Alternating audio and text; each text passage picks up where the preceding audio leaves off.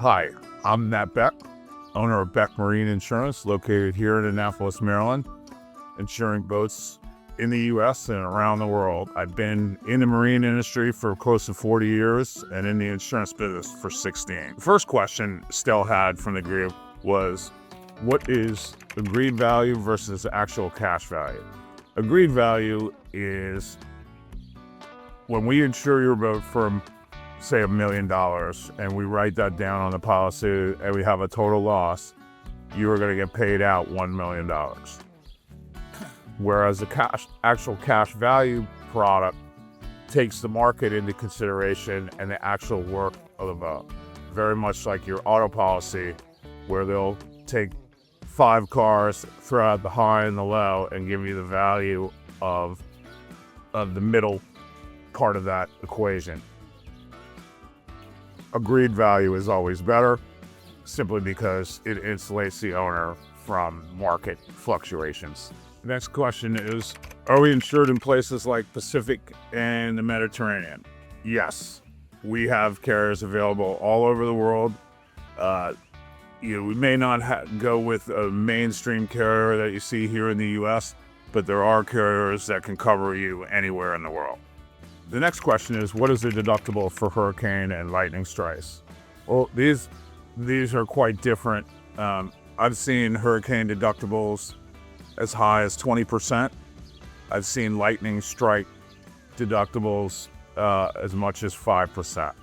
So it really varies on the carrier and where the boat's located. The most common loss here on the East Coast is obviously lightning strikes over hurricanes.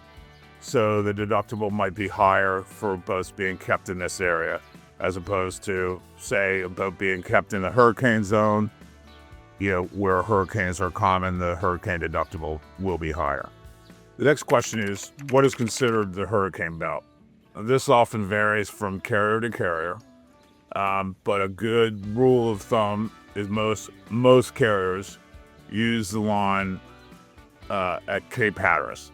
So if your boat's north of that during hurricane season, you will be covered. If the boat's south of that during hurricane season, you will not be covered. Another question is, are there premium hikes outside the hurricane belt? Yeah, that varies from carrier to carrier. I know I've been saying that a lot.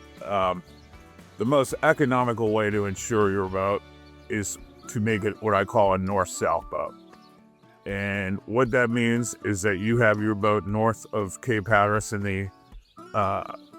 during the hurricane season, and during the wintertime, you can go south to the Caribbean or Bahamas or Florida or wherever you want to go. But that's the most economical way to insure your boat. If you're in the hurricane zone during hurricane season, you can expect to pay 2 to 3 times what you would pay if you had a north-south boat, as I was explaining before. The next question is, what, if any, exclusions are there? That varies from policy to policy. The main exclusion that you see very common, especially with boats being kept in the Caribbean, named windstorm is often excluded. Sometimes mechanical breakdown can be excluded. Lightning can be excluded. It all depends on the carrier and the policy, but we bring that to light with the client on every policy by going through it with them. So last question is, can I live aboard a boat and get insurance?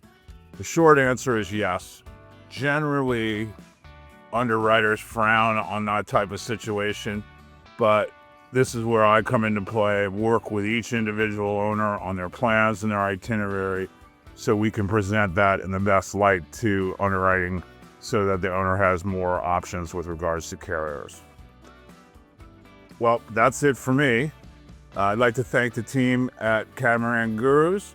And again, if you have any other questions, you can email me at matt, M-E-T-T, @beckmarineinsurance.com. See you out on the water.